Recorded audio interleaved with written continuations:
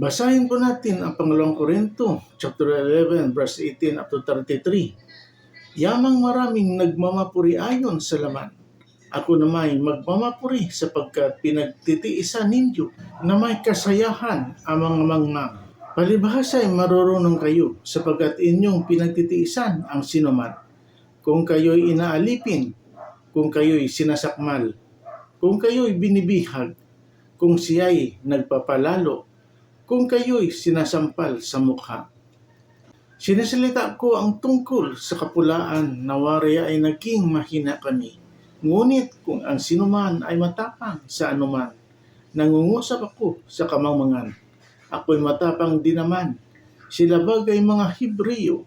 Ako man, sila bagay mga Israelita.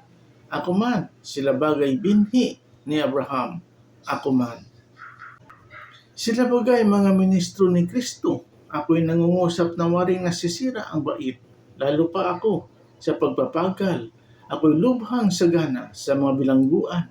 Ay lubhang madalas sa mga palo. Ay walang bilang. Sa mga ikamamatay ay malimit.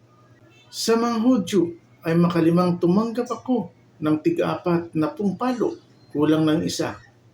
Makaitatlo ako'y hinampas na mga panghampas. Minsan ako'y binato, makaitatlo. Ako'y nabagbag. Isang araw at isang gabi na ako'y nasa kalaliman ng dagat. Sa mga paglalakbay ay madalas sa mga kapanganiban sa mga ilog. Sa mga kapanganiban sa mga tulisan.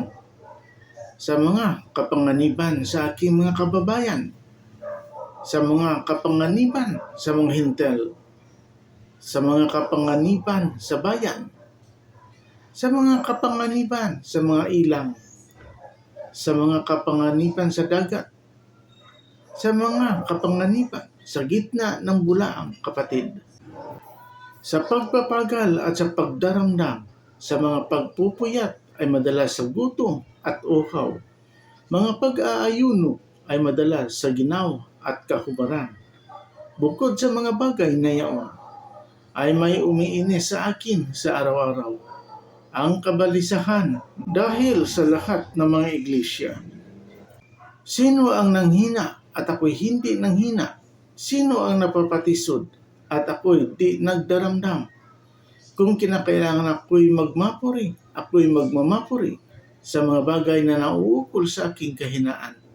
Ang Diyos at ang Ama na Panginoong Hesus na mapalad magpakailan paman ang nagkakaalam na ako'y hindi nagsisinungaling.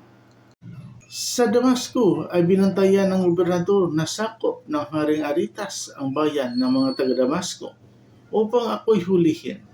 At sa isang dungawan ay napahugos ako sa kuta. Sa isang balaong at ako'y nakatanan sa kanilang mga kamay. Amen, Lord.